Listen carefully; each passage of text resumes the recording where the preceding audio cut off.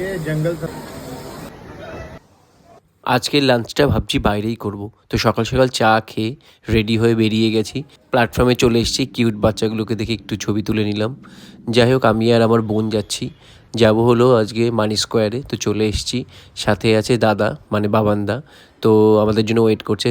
আমরা প্রায় চলেই এসেছি, এই যে বাবানদার সাথে দেখা হয়ে গেছে। যাই এবার একটু অ্যাডভেঞ্চার করেই আসি। যাই চলে এসেছি জঙ্গল সাফারিতে। রেস্টুরেন্টটা পুরো জঙ্গল থিমের পরেই তৈরি আর কি। তো লাঞ্চটা আজকে এখানেই করব। রেস্টুরেন্টটা বাচ্চাদের জন্য কিন্তু আদর্শ জায়গা, তাই বলেছে বড়দের ভালো লাগবে না তা কিন্তু নয়, এমনি সুন্দর। যাই হোক, আমি একটু গাড়ির সামনে পোজ দিয়ে ছবি তুলে নিচ্ছিলাম, খাবারের অর্ডার দিয়ে আর কি। খাবার আসতে দেরি হচ্ছিলো সেই জন্য। তো আমরা আবার আমাদের বসার জায়গায় চলে এসেছি।